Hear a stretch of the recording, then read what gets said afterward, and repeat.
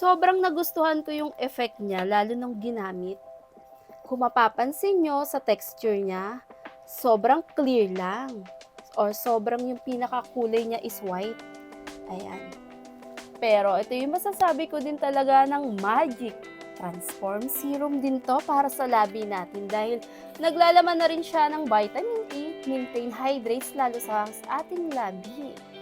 Ilagay ko muna siya sa aking kamay para ipakita sa inyo at ayan siya. Sobrang pagdampi mo pa lang, kita mo na agad yung effect. Kung ikaw yung tipong girly, pinkish, sobrang maganda 'to. At bukod diyan, mas tumatagal siya. Ayan yung effect niya. Ayan siya. Ganito siya 'pag nilagay niya sa pisngi, sa may pinaka dito, yung parang eyeshadow mo, puwedeng-puwede siya. Bukod pa diyan, maganda siya sa labi. Ito. Tapos 'pag ginamit natin 'to sa lips, ayan.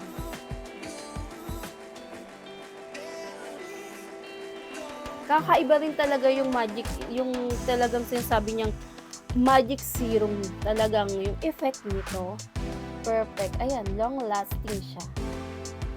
Maganda pang aura.